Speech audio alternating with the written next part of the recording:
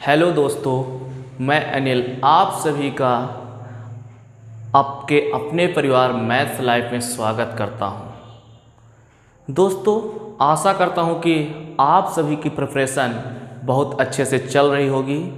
अब तो आपके स्कूल भी ओपन हो चुके हैं, तो आगे की तैयारी के लिए बहुत अच्छे से आप लोग पढ़ रहे होंगे।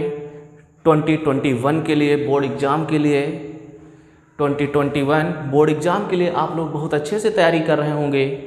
और अगर अभी तक कुछ हमारे साथी सो रहे हैं तो वो भी जाग जाएं, ठीक है। नींद में आराम से सो रहे हैं तो वो भी क्या हों, जाग जाएं। और अब कापी और पेन उठा लें, कापी और पेन को अपना हथियार समझें और आने वाले 2021 के बोर्ड एग्ज़ाम के लिए पूरी तरह से युद्ध के मैदान में कूद पड़ें और आगे चल के अच्छे से तैयारी करना शुरू कर दें।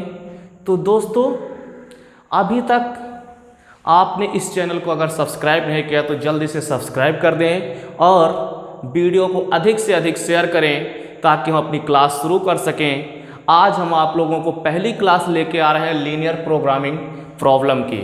तो इस क्लास को शुरू करने से पहले मैं एक बात कहना चाहता हूँ कि हो गई है पीर पर्वत सी पिघलनी चाहिए, कि हो गई है पीर अब पर्वत सी पिघलनी चाहिए। इस हिमालय से फिर कोई गंगा निकलनी चाहिए, इस हिमालय से फिर कोई गंगा निकलनी चाहिए। सिर्फ हंगामा खड़ा करना मेरा मकसद नहीं, सिर्फ हंगामा खड़ा करना मेरा मकसद नहीं, सिर्फ हंगामा खड़ा करना मेरा मकसद नहीं।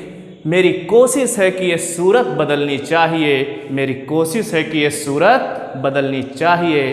तो दोस्तों, अभी तक आप लोग अगर कोई पढ़ाई नहीं की है, बिल्कुल पढ़ाई नहीं की है, तो आप लोग आज से शुरू हो जाइए और अच्छे से तैयारी कीजिए मेरे साथ मिलकर। तो आज हम अपना पहला टॉपिक लीनियर प्रोग्रामिंग प्रॉब्लम लेकर आ रहे हैं, रैखिक प्रोग्रामिंग समस्याएं, जो कि आपके आने वाले बोर्ड एग्जाम में कम से कम 5 मार्क्स का पूछा जाता है। कम से कम कितने नंबर देने वाला है आप लोगों को? 5 नंबर देने वाला है। और अगर थ्योरेटिकल क्वेश्चन आ गया तो 8 नंबर भी देगा। कितने? 8 नंबर भी देने वाला है। ये ऐसा टॉपिक है और बिल्कुल आसान टॉपिक है। तो ऐसे टॉपिक को पढ़ने के लिए हम आज से शुरू कर रहे हैं आपका लीनियर प्रोग्रामिंग प्रॉब्लम चैप्टर, जो कि बिल्कुल आसान है। कैसे सॉल्व करेंगे ऐसी प्रॉब्लम को, तो देखते हैं लीनियर प्रोग्रामिंग प्रॉब्लम क्या होती है, कैसे ऐसे क्वेश्चन सॉल्व करेंगे कि अपने 5 नंबर पक्के कर लें आज। तो बच्चों, देखते हैं इस क्लास को। तो बच्चों, ये ऐसा चैप्टर है, ये एक ऐसा चैप्टर है कि हम इससे रिलेटेड अपने व्यवहारिक जीवन में बहुत सारे अनुप्रयोग करते हैं। जैसे मान लिया कि हमको एक स्थान किसी प्लेस ए से प्लेस बी में जाना है। कहाँ? प्लेस ए से प्लेस बी तक जाना है। तो प्लेस ए से प्लेस बी तक जाने के लिए मान लिया हम अपने एक सबसे महानगर बॉम्बे की बात कर रहे हैं, क्योंकि वहाँ पर सारे साधन क्या होते हैं? उपलब्ध होते हैं। तो मान लिया कि एक शहर बॉम्बे, जहाँ पर 2 प्लेस हैं, एक प्लेस ए है, प्लेस ए से हमको प्लेस बी तक जाना है। तो प्लेस ए से प्लेस बी तक जाने के लिए हमारे पास बहुत सारे साधन अवेलेबल होंगे। तो उन साधनों में से हम किस साधन के द्वारा वहाँ तक जाएंगे? तो देखो दोस्तों, पॉइंट ए से बी तक जाने के लिए मान लिया हमारे पास एक पर्सनल कैब करके जा रहे हैं, कोई पर्सनल गाड़ी करके जा रहे हैं। तो जब पॉइंट ए से बी तक जाएंगे, यहाँ मान लिया हम कोई पर्सनल गाड़ी हमारे पास है या कोई कैब किया है, उस कैब से जा रहे हैं, ठीक है। कोई पर्सनल कैब करके पॉइंट ए से प्लेस बी तक जा रहे हैं। दूसरा हमारे पास अवेलेबल साधन है कि मान लिया पॉइंट ए से इस पॉइंट तक हम ऑटो से चले गए। किससे गए? ऑटो से गए। यहाँ से इस पॉइंट से लेकर इस पॉइंट तक मेट्रो से जा रहे हैं। किससे जा रहे हैं दोस्तों? मेट्रो से जा रहे हैं। फिर इस पॉइंट से लेकर इस पॉइंट तक हम फिर ऑटो से जा रहे हैं। लेकिन हो सकता है कि हमारे पास और कोई साधन अवेलेबल हो जिनसे हम पॉइंट ए से बी तक पहुंच सकें। तो मान लिया कि हम पॉइंट ए से यहाँ पर हमारे घर के पास एक बस स्टॉप था, उस बस स्टॉप तक गए ऑटो से। क्या था, एक बस स्टॉप था, तो ए से इस पॉइंट तक काहे से गए, ऑटो से गए। फिर ऑटो यहाँ पर जैसे ही ऑटो से पहुँचे तो इस बस स्टॉप से मान लिया बी के बिल्कुल पास एक पॉइंट है, बी के स्थान बी के बिल्कुल पास में एक पॉइंट है जहाँ तक हमें क्या ले गई, बस लेकर गई। फिर यहाँ से यहाँ तक पैदल चले गए। तो दोस्तों पॉइंट ए से बी तक जाने का मेरा उद्देश्य इन विभिन्न डिफरेंट साधनों का क्यों कर रहे हैं भाई, कैब से ही क्यों नहीं चले गए।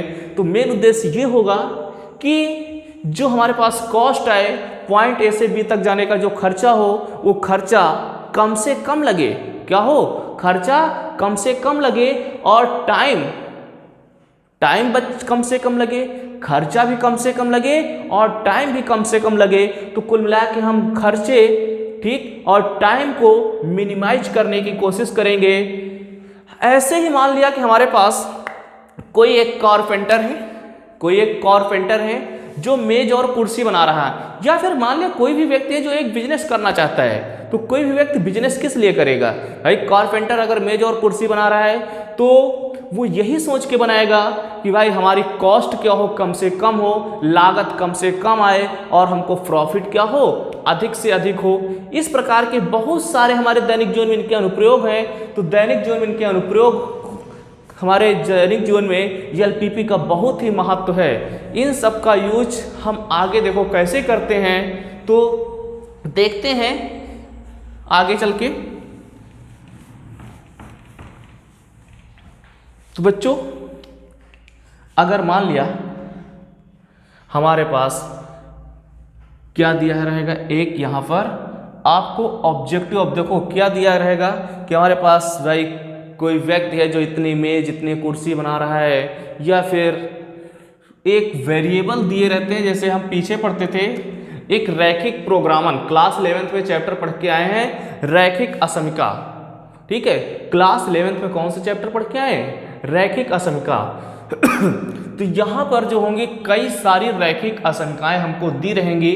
उन रैखिक असमिकाओं को सॉल्व करके हमें बताना है कि हमारा फंक्शन किन पॉइंट पर मैक्सिमम वैल्यू दे रहा है और किन पॉइंट पर मिनिमम वैल्यू दे रहा है। तो जो मैक्सिमम और मिनिमम, जैसे यहाँ पर हमने देखा क्या कि पॉइंट ए से बी तक जाने के लिए हमारा जो खर्च हो क्या हो, मिनिमम हो। भाई हम ऐसे साधन का यूज करने की कोशिश करते हैं कि खर्च मिनिमम हो। लेकिन अगर कोई कारपेंटर है जो मेज या कुर्सी या कोई भी बिजनेस कर रहा है तो बिजनेस इसलिए करेगा कि उसको मैक्सिमम प्रॉफिट हो, अधिकतम लाभ हो। तो जब अधिकतम लाभ के लिए वो बिजनेस कर रहा है तो यहाँ पर हम देख रहे हैं क्या, या तो हम मैक्सिमाइजेशन या मिनिमाइजेशन के लिए काम कर रहे हैं। किसके लिए, मैक्सिमाइजेशन या मिनिमाइजेशन के लिए।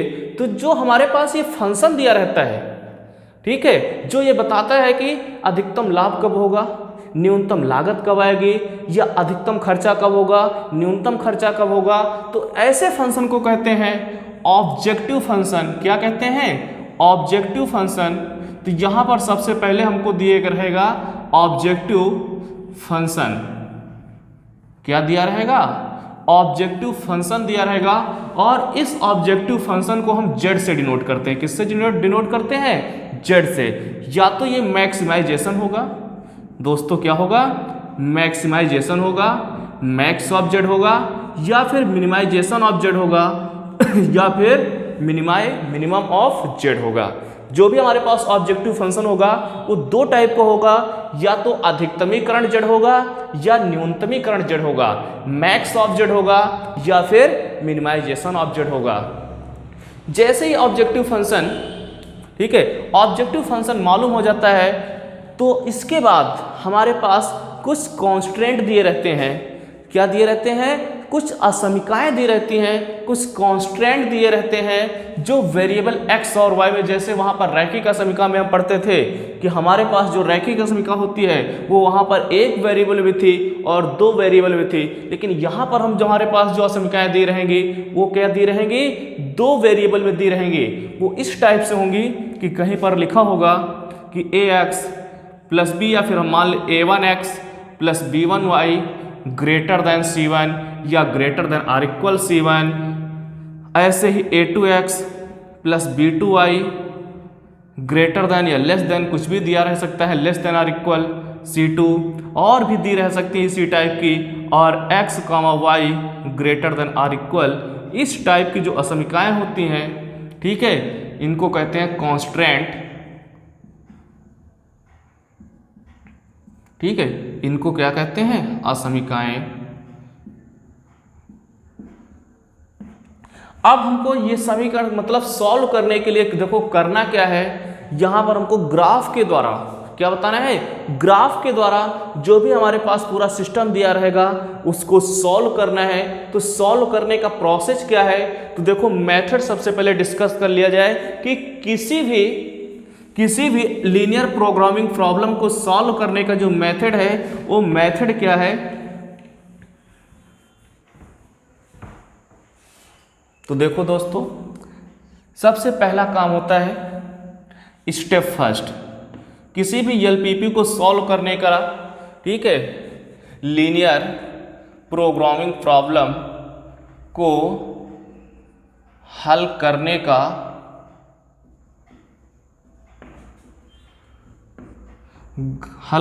की ग्राफीय विधि, कैसी, ग्राफिकल मेथड। तो हल करने की जो ग्राफीय विधि है, इसमें फर्स्ट स्टेप दोस्तों है कि सबसे पहला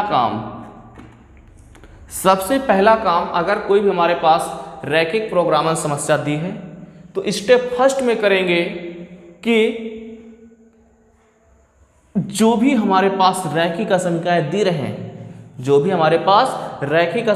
दी रहे हैं, उनको समीकरण रूप में किसमें करते हैं, परिवर्तित कर लेते हैं।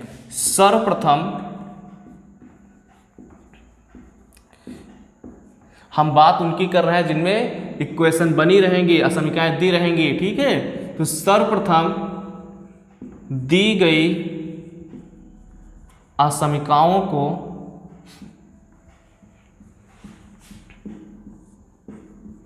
समीकरण रूप में परिवर्तित कर लेते हैं।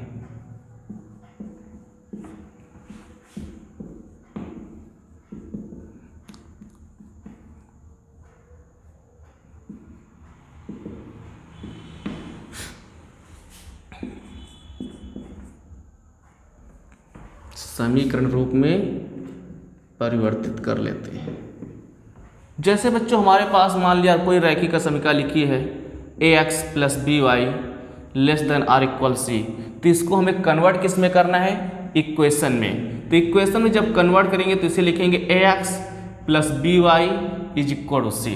कहने का मतलब है कि अगर कहीं पर less than or equal, greater than or equal, या केवल ग्रेटर देन या फिर केवल लेस देन है, तो ऐसे सभी चिन्हों को हमको परिवर्तित किस में कर लेना है, चेंज कर लेना है इक्वल में।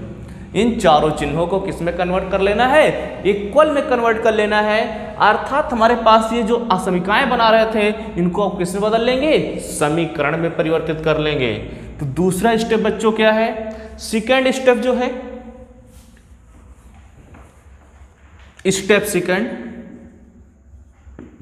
जैसे ही असमीकाओं को समीकरण रूप में परिवर्तित करेंगे, इसके बाद स्टेप सेकेंड क्या कहता है कि जो भी हमें समीकरण प्राप्त हो, प्रत्येक समीकरण से हमें वो पॉइंट ज्ञात करना है, प्रत्येक समीकरण से हमें वो पॉइंट ज्ञात करना है जहां पर ये रेखाएं एक्स एक्सिस या वाई एक्सिस को कट कर रही हैं। तो दूसरे स्टेप में क्या करना है दोस्तों कि हमारे पास जो भी समीकरण प्राप्त हो उनसे वे पॉइंट निकालना है जहां पर ये रैखिक समीकरण, ये समीकरण या ये रेखाएं, जैसे इनको हम समीकरण में परिवर्तित करेंगे तो एक रेखा जैसे समीकरण बन जाएंगे। कैसे, एक लाइन की इक्वेशन बन जाएंगी। तो ये लाइन एक्स एक्सिस और वाई एक्सिस को जिन पॉइंटों पर कट करती है तो वे पॉइंट ज्ञात करने हैं। स्टेप सेकेंड, वे बिंदु ज्ञात करते हैं।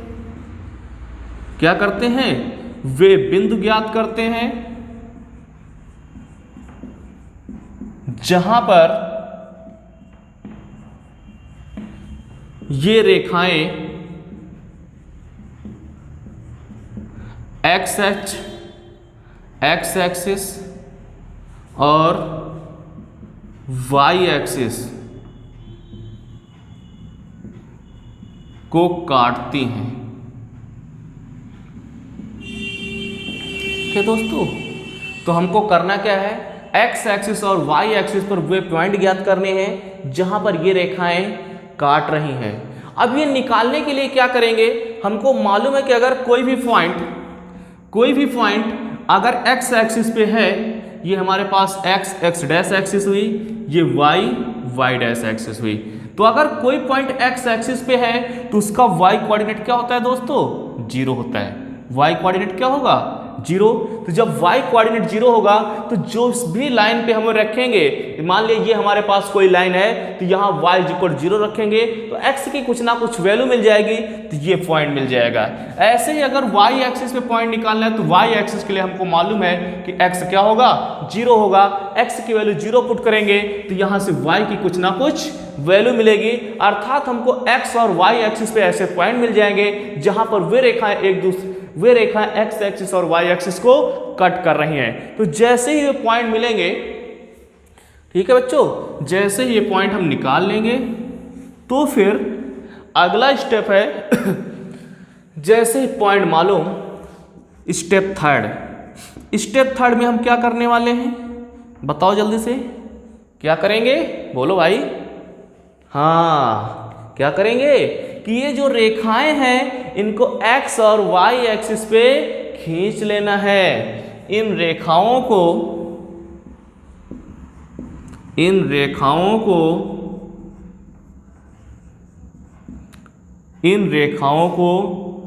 खींच लेते हैं। क्या करते हैं, इन रेखाओं को खींच लेते हैं। जैसे ही खींच लिया, अब इसके बाद अगला स्टेप होता है दोस्तों, स्टेप 4। अब हमको प्रत्येक असमिका को क्या करना है, प्रत्येक असमिका को मूल बिंदु से संतुष्ट कराना है। मान लिया कि हमारे पास ये कोऑर्डिनेट प्लेन है एक्स डैश एक्सिस, ये है वाई डैश एक्सिस, और ये हमारे पास है ओरिजिन 0,0, ओरिजिन है 0,0। तो मान लिया कि हमारे पास कोई लाइन ये आ रही है, ठीक है, ये कोई एक लाइन है जिसकी इक्वेशन है ax + by क्या थी, < c।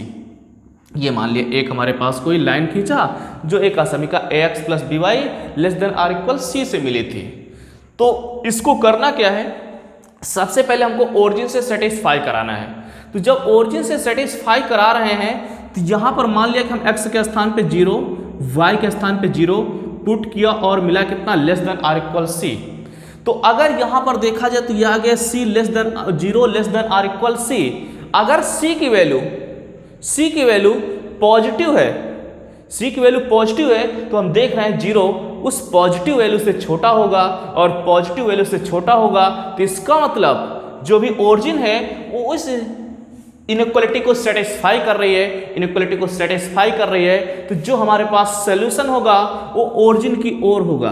किधर होगा, सॉल्यूशन ओरिजिन की ओर होगा। लेकिन हो सकता है कब, ये कंडीशन है जब c पॉजिटिव हो, लेकिन हो सकता है कि c क्या हो, c निगेटिव हो। और c अगर निगेटिव है तो 0 c से छोटा होगा।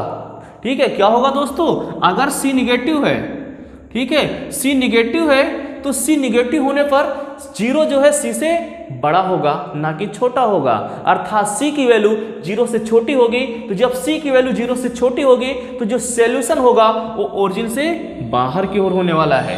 किधर होगा, ओरिजिन से बाहर की ओर। तो बच्चों करना क्या है कि मूल बिंदु से प्रत्येक इनइक्वालिटी को सेटिस्फाई कराना है, और अगर वो मूल बिंदु उस इनइक्वालिटी को सेटिस्फाई कर रहा है तो सॉल्यूशन की जो डायरेक्शन होगी वो ओरिजिन की ओर होगी, और अगर सेटिस्फाई नहीं कर रहा है तो उसकी जो डायरेक्शन होगी वो मूल बिंदु से बाहर की ओर होगी।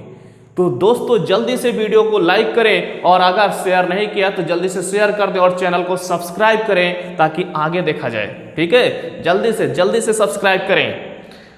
तो स्टेप 4 में क्या करने वाले हैं, मूल बिंदु से ठीक है, मूल बिंदु से प्रत्येक असमीका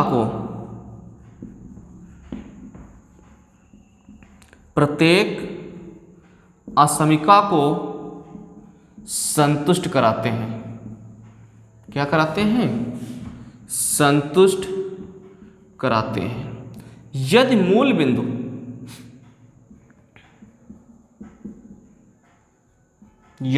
बिंदु असमीका को संतुष्ट करता है,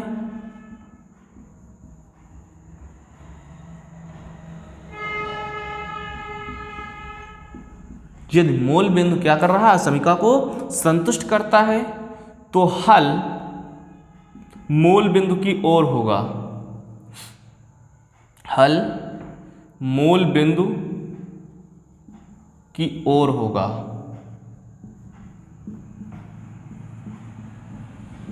और यदि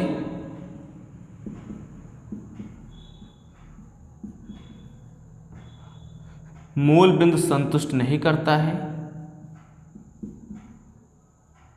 मूल बिंदु संतुष्ट नहीं करता है,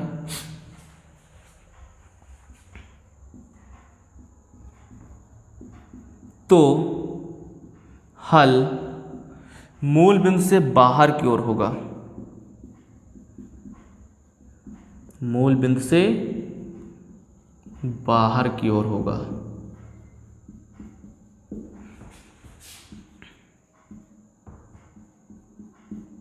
ठीक है। अब इसके बाद एक लाइन और आती है कि कभी कभी कोई लाइन हमारे पास ऐसी होगी कि कहीं पर दिया रहेगा x greater than or equal Y, या फिर x minus 2y greater than or equal 0 या लेस देन आर इक्वल 0। तो ऐसी लाइन जो है बच्चों वो कहाँ से पास करती है? ओरिजिन से पास करती है। हम देखें तो ये हमारे पास y बराबर x या y बराबर 1/2x, y बराबर mx का फॉर्म है, और y बराबर mx जो लाइन होती है वो हमेशा कहाँ से पास करती है? ओरिजिन से। तो अगर बच्चों इसमें हम ओरिजिन से सेटिस्फाई कराएंगे, तो जब ओरिजिन से सेटिस्फाई कराते हैं तो दोनों तरफ 0 आ गया। अब क्या किया जाए? तो अगर ऐसी कहीं पर कंडीशन बन रही है तो हम ओरिजिन के अलावा कोई दूसरा पॉइंट ले लेते हैं। मान लिया ओरिजिन के अलावा, ओरिजिन को छोड़कर x एक्सिस पे कोई पॉइंट ले लिया 1,0, या फिर y एक्सिस पे भी ले सकते हैं। नहीं कोई जरूरी कि हम x एक्सिस पे लें, y एक्सिस पे 0,1 ले लो। तो अगर 1,0 से इस लाइन को सेटिस्फाई कराया जाए तो 1,0 अगर इस लाइन को सेटिस्फाई कर रहा है, ठीक है, अगर 1,0 इस लाइन को सेटिस्फाई कर रहा है तो सॉल्यूशन उस पॉइंट की ओर होगा, और अगर सेटिस्फाई नहीं कर रहा तो उस पॉइंट से बाहर की ओर होगा। अगर सेटिस्फाई कर रहा तो क्या होगा? उस पॉइंट की ओर होगा, नहीं तो बाहर की ओर होगा। हो सकता है हम y एक्सिस वाले पॉइंट से सेटिस्फाई कराएं, तो अगर y एक्सिस वाला पॉइंट इसको सेटिस्फाई कर रहा है तो उस पॉइंट की ओर सॉल्यूशन होगा, और अगर सेटिस्फाई नहीं कर रहा है तो उस पॉइंट से बाहर की ओर होगा। तो दोस्तों इस पॉइंट को लिख लीजिए। स्टेप 5, यदि कोई लाइन मूल बिंदु से पास करती है, यदि कोई लाइन मूल बिंदु से पास करती है तो हम x या y एक्सिस पे कोई एक बिंदु लेकर, तो x या y एक्सिस पे किसी एक बिंदु से उस असमीका को संतुष्ट कराते हैं, उस असमीका को संतुष्ट कराते हैं। यदि वो बिंदु असमीका को संतुष्ट करता है, यदि वो बिंदु असमीका को संतुष्ट करता है तो हल उस बिंदु की ओर होगा, और यदि वो बिंदु असमीका को संतुष्ट नहीं करता है तो हल उस पॉइंट से बाहर की ओर होगा। ठीक है। अब इसके बाद स्टेप 6, ठीक है, कौन सा होगा? छठवां। तो छठवां स्टेप क्या है कि जैसे ही हम सारी असमीकाओं खींच लेते हैं, मान लिया एक ये है, इसमें जो सॉल्यूशन आ रहा है इधर की ओर आ रहा है, इसमें जो सॉल्यूशन आ रहा है इधर की ओर आ रहा है, मूल बिंदु की ओर आ रहा है। ऐसे ही सेकेंड लाइन जो संतुष्ट नहीं कर रहे थे, इसमें सॉल्यूशन इधर की ओर हो गया। ठीक है। फिर अगला काम, छठवां पॉइंट। तो छठवां पॉइंट क्या है कि अगर हमारे पास x ग्रेटर देन 0 दिया हुआ है, क्या दिया हुआ है? x ग्रेटर देन 0 दिया है, तो यदि x ग्रेटर देन 0 है तो जो सॉल्यूशन होगा वो दोस्तों क्या होगा, y एक्सिस के दाईं तरफ होगा। यदि x ग्रेटर देन 0 है तो इसका मतलब जो सॉल्यूशन होगा वो किधर होगा, YH के दाईं तरफ। और यदि y ग्रेटर देन 0 है, क्या है, y ग्रेटर देन 0 है तो जो सॉल्यूशन होगा वो क्या होगा, x अक्ष के ऊपर की ओर होगा, x अक्ष के ऊपर की ओर होगा। तो अगला पॉइंट लिखो ये, यदि x greater than or equal 0 है, यदि x greater than or equal 0 है तो हल YH के दाईं तरफ होगा, YH के दाईं तरफ होगा। और यदि y greater than or equal 0 है, और यदि y greater than or equal 0 है तो हल x अक्ष के ऊपर की ओर होगा, तो हल x अक्ष के ऊपर की ओर होगा। ठीक है दोस्तों। अब लास्ट पॉइंट, जैसे हम सारी की सारी असमीकाएं खींच लेते हैं तो इसके बाद हमें करना क्या है कि वो कॉमन रीजन ढूंढना है। जैसे मान लिया हमारे पास इसको सेटिस्फाई कर रहा है तो इधर आ गया, 1,0 मूल बिंदु से जाने वाली असमीका को संतुष्ट नहीं कर रहा है तो ये सॉल्यूशन हो गया। x ग्रेटर देन 0 दिया है, तो जब x ग्रेटर देन 0 दिया है तो इसका मतलब सॉल्यूशन y अक्ष के दाईं तरफ होगा। y ग्रेटर देन 0 दिया तो जो सॉल्यूशन है x अक्ष के ऊपर की ओर होगा। तो मान लिया कि हमारे पास ये एक कॉमन रीजन मिल गया। क्या मिला, इन सभी का कॉमन रीजन, मतलब सारे के सारे सॉल्यूशन इस रीजन में आ रहे हैं। तो हमको करना क्या है कि उस रीजन को ढूंढना है, वो क्षेत्र ढूंढना है जहां पर सारे के सारे सॉल्यूशन मिलते हैं। तो जो अगला स्टेप है दोस्तों, जो भी हमारे पास 7वां स्टेप, वो क्या होगा कि उभयनिष्ठ क्षेत्र ढूंढते हैं। ठीक है, तो लिखिए, अब वह क्षेत्र ढूंढते हैं जहां पर सभी असमीकाओं का हल मिलता है, अर्थात उभयनिष्ठ सॉल्यूशन या उभयनिष्ठ क्षेत्र ढूंढते हैं। क्या ढूंढते हैं, उभयनिष्ठ क्षेत्र ढूंढते हैं। ढूंढ लिया, मिल गया। जैसे ही मिल गया ना, अब इसके बाद ये जो पॉइंट मिले हुए हैं 0,0, अब ये जो पॉइंट होगा दोस्तों, इसको देखो कैसे निकालेंगे। ये हमारे पास जो असमीका दी थी और ये असमीका, इन दोनों असमीकाओं का ये क्या है, प्रतिच्छेदन बिंदु है। तो इन दो रेखाओं का जो प्रतिच्छेदन बिंदु होगा इसके कोऑर्डिनेट हो जाएंगे, और ये कोऑर्डिनेट हमको मालूम ही रहेगा। तो इन बिंदुओं को कहते हैं कोणीय बिंदु। इन बिंदुओं को क्या कहते हैं, कोणीय बिंदु कहते हैं। तो अब कोणीय बिंदु निकाल लेते हैं और इसके बाद एक टेबल बनाते हैं। वो टेबल देखो कैसे बनेगी, जो हमारे पास ऑब्जेक्टिव फंक्शन दिया रहेगा जेड मैक्स या जेड मिनिमम का जो एक फंक्शन दिया था, तो एक ऐसी टेबल बनाएंगे और इसमें लिखेंगे एक तरफ कोणीय बिंदु। ठीक है, क्या लिखेंगे, कोणीय बिंदु।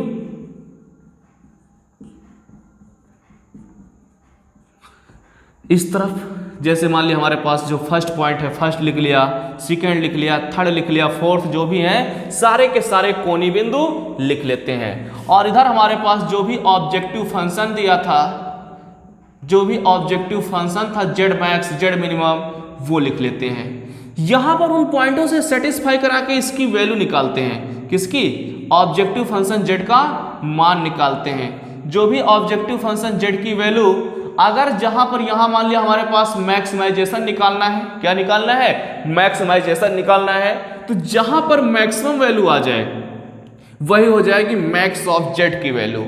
और उस पॉइंट पे जो मैक्स ऑफ जेड होगा वही होगा उसका सॉल्यूशन। मान लिया 2,3 पे आ गई जेड मैक्स, तो क्या कहेंगे कि x बराबर 2, y बराबर 3 पर जो भी ऑब्जेक्टिव फंक्शन है वो मैक्सिमम वैल्यू दे रहा है। हाँ, हो सकता है कि हमको मैक्सिमम प्रॉफिट निकालना हो, ठीक है, तो वो 2,3 पर ही मैक्सिमम प्रॉफिट होगा। तो ये था एलपीपी को सॉल्व करने का पूरा मेथड। तो अब एक क्वेश्चन उठाते हैं, लेकिन क्वेश्चन उठाने से पहले आप लोगों से रिक्वेस्ट है कि जल्दी से वीडियो को अपने ग्रुप में शेयर कर दीजिए। व्हाट्सएप ग्रुप हो, फेसबुक ग्रुप हो या इंस्टा हो, किसी पे हो, जल्दी से शेयर करें और वीडियो को जल्दी से लाइक कर दें। अगर चैनल को अभी तक सब्सक्राइब नहीं किया तो सब्सक्राइब कर दें, क्योंकि एक यही एनर्जी मिलती है बच्चों, कि यही एक एनर्जी है अधिक से अधिक वीडियो बनाने के लिए। ठीक है, तो इसको देते रहिए, इसमें आपका ना कोई खर्च लगने वाला है ना पैसे लगने वाले हैं, तो इतना तो करते ही रहिए ताकि अधिक से अधिक वीडियो आप लोगों के लिए बना सके और आने वाले वीडियो के लिए आपको नोटिफिकेशन भी मिल सके। ठीक है, तो सब्सक्राइब करने के बाद एक घंटी दिख रही होगी, उसको जरूर प्रेस कर देना। तो देखते हैं एक क्वेश्चन इस पे बेस्ड।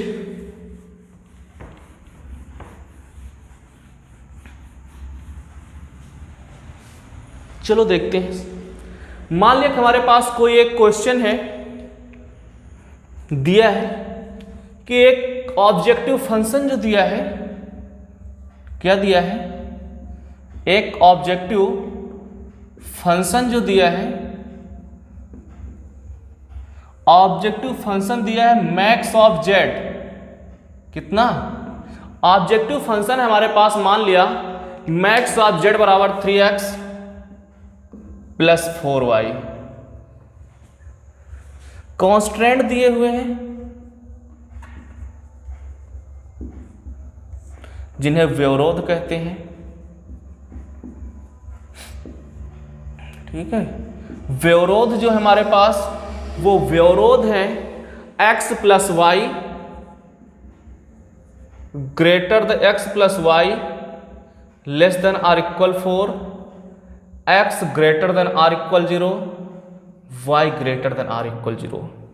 ये हमारे पास तीन व्यवरोध दिए हैं। तो कह रहे हैं कि ये लीनियर प्रोग्रामिंग प्रॉब्लम है, इसको ग्राफिकल मेथड से सॉल्व कीजिए और बताइए कि मैक्स ऑफ जेड की वैल्यू किस पॉइंट पर मैक्सिमम होगी, जो ऑब्जेक्टिव फंक्शन है उसकी वैल्यू किस पॉइंट पर मैक्सिमम होगी और कितनी होगी। तो निकालने के लिए हमको अब सबसे पहला अपना प्रोसेस याद करना चाहिए। जो प्रोसेस है उसे स्टेप वाइज करते रहिए, जो भी अभी प्रोसेस लिखाया गया है, विधि लिखाई गई है, उसको स्टेप वाइज करते रहिए और लास्ट में चल के आपको सॉल्यूशन मिलने वाला है जो हमें निकालना है। तो बच्चों सबसे पहला स्टेप क्या था कि जो भी हमारे पास असमीकाएं हैं उन असमीकाओं को एक समीकरण रूप में परिवर्तित कर लेना है। क्या करना है, असमीकाओं को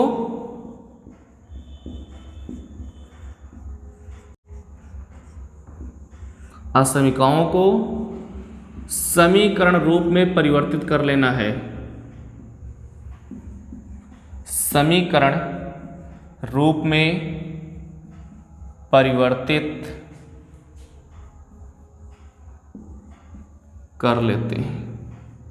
ठीक है, देखो क्या होगा, पहले असमीका को बदलेंगे तो x प्लस वाई बराबर 4 के, x बराबर 0, y बराबर 0 चेंज हो गई।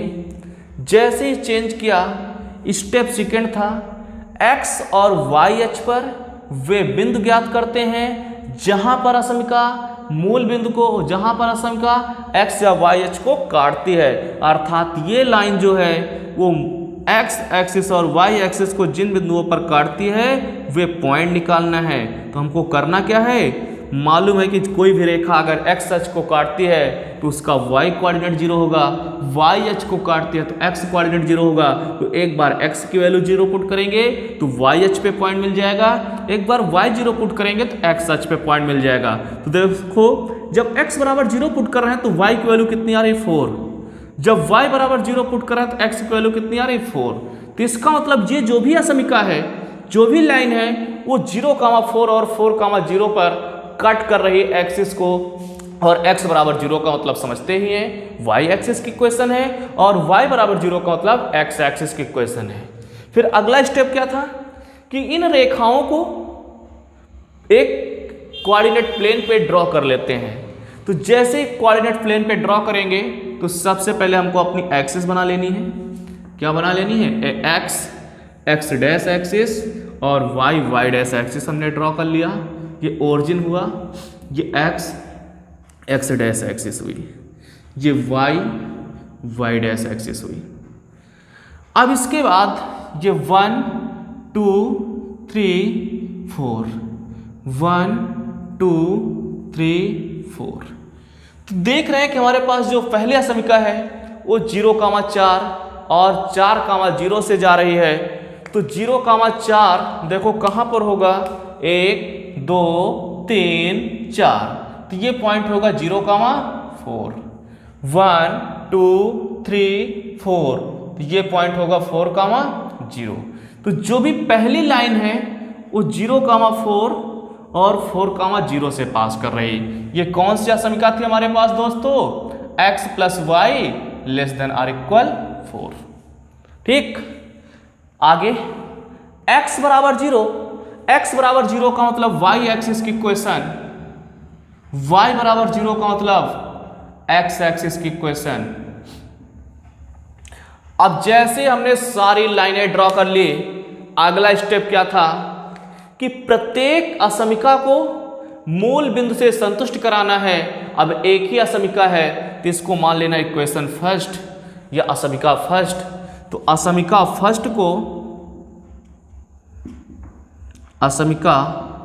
फर्स्ट को मूल बिंदु से संतुष्ट कराने पर, मूल बिंदु से संतुष्ट कराने पर, जैसे मूल बिंदु से संतुष्ट कराएंगे देखो क्या मिलेगा, 0 + 0 less than or equal 4, 0 less than or equal 4। तो हमको पता है 0 क्या है, 4 से छोटा है। तो जब 0 4 से छोटा है तो इसका मतलब मूल बिंदु इस असमिका को क्या कर रहा है, संतुष्ट कर रहा है। अतः मूल बिंदु असमिका फर्स्ट को संतुष्ट करता है। तो जब संतुष्ट करता है तो जो हल हुई वो किधर हो जाए, अतः हल मूल बिंदु की ओर होगा, हल मूल बिंदु की ओर होगा। चलो बनाते हैं। जब हल मूल बिंदु की ओर होगा तो देखो इसमें जो एरो बनेंगे वो ओरिजिन की ओर बनेंगे। फिर इसके बाद हमने पढ़ा था कि अगर x ग्रेटर देन 0 है तो जो हल होगा YH के दाईं तरफ होगा। तो जब x ग्रेटर देन 0 तो इसका मतलब जो सॉल्यूशन होगा y एक्सिस के दाईं तरफ होगा। फिर उसके बाद y ग्रेटर देन 0 तो जो सॉल्यूशन होगा वो किधर होगा, x एक्सिस के ऊपर की ओर होगा। तो हम देख रहे हैं कि सभी के सभी एरो इस वाले रीजन पे मिल रहे हैं। तो यही हमारे पास क्या होगा, दी गई असमिकाओं का हल हो जाएगा। तो इसको करना क्या है, रेखांकित कर देना है। जैसे हम इसको रेखांकित करते हैं तो हमको एक रीजन मिल गया, जो ये तुम्हारे पास पॉइंट होगा 0,0, इसको नाम दे दो A का B। तो एक रीजन मिला OAB। ये रीजन जो OAB है वो रिप्रेजेंट कर रहा है हमारे दी गए, ठीक है, LPP जो भी वेव असमिका थी उनके हल को रिप्रेजेंट कर रहा है। अब लेकिन निकालना है हमको मैक्सिमाइजेशन ऑफ जेड। तो मैक्सिमाइजेशन ऑफ जेड निकालने के लिए बच्चों क्या होता था, एक टेबल बनाते हैं और ये जो पॉइंट OAB हैं इन्हें ही कहते हैं कोनी बिंदु। तो इसके लिए एक हम सारणी बनाएंगे और उस सारणी में क्या करना है, एक तरफ कोनी बिंदु लिखना है और एक तरफ ऑब्जेक्टिव फंक्शन लिखना है मैक्सिमाइजेशन ऑफ जेड। तो ये हमारे पास इधर कोनी बिंदु लिखे हुए हैं, क्या लिखे हुए हैं, कोनी बिंदु, और इधर हमारे पास ऑब्जेक्टिव फंक्शन है मैक्स ऑफ जेड बराबर 3x + 4y। तो जब कोनी बिंदु पहला पॉइंट है 0,0, दूसरा है 4,0, तीसरा है 0,4, तो इनसे देखो जब सेटिस्फाई कराएंगे तो हमको वैल्यू क्या मिलने वाली है, पहले में जब रखेंगे x की वैल्यू 0, y की वैल्यू 0 तो 0, x की वैल्यू 4 तो 3 × 4 + 4 × 0 = 4 3 = 12। अब की 3 × 0 + 4 × 4 = 16। तो हम देख रहे हैं कि मैक्सिमम वैल्यू कहाँ कौन सी मिल रही है 16। तो ऑब्जेक्टिव फंक्शन की जो मैक्सिमम वैल्यू मिल रही है वो x बराबर 0 और y बराबर 4 पे मिल रही है। अतः x बराबर 4 तथा x बराबर 0 तथा y बराबर 4 पर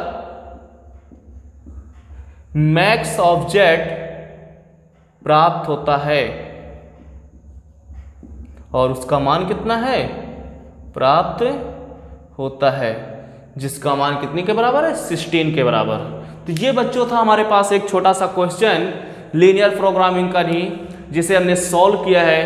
तो जल्दी से अभी तक वीडियो को अगर सब्सक्राइब लाइक नहीं किया है तो लाइक कर दीजिए और चैनल को जल्दी से सब्सक्राइब कर दीजिए और अधिक से अधिक इसे शेयर करिए ताकि इसका फ़ायदा अधिक से अधिक बच्चे उठा सके, अपने दोस्तों को जल्दी से शेयर करें। तो इस टाइप के आज आप लोगों को क्वेश्चन लगाने हैं। आगे कल की क्लास में हम बात करेंगे एक से अधिक, अगर हमारे पास एक से अधिक इस प्रकार की इनइक्वालिटी दी हो तो उनको कैसे सॉल्व करेंगे, और थ्योरेटिकल प्रॉब्लम दी हो तो उसको कैसे सॉल्व करेंगे। ठीक है, जो बहुत ज़्यादा पूछे जाते हैं, थ्योरेटिकल प्रॉब्लम वाला क्वेश्चन बहुत ज़्यादा ही पूछा जाता है और 8 नंबर आपको देने वाला है। बहुत ही इंपॉर्टेंट चैप्टर है आपके लिए। तो जल्दी से वीडियो को लाइक करें और सब्सक्राइब करके चैनल को बेल आइकन जरूर प्रेस करें, जिससे कल की नोटिफिकेशन आपको पहले मिल जाए।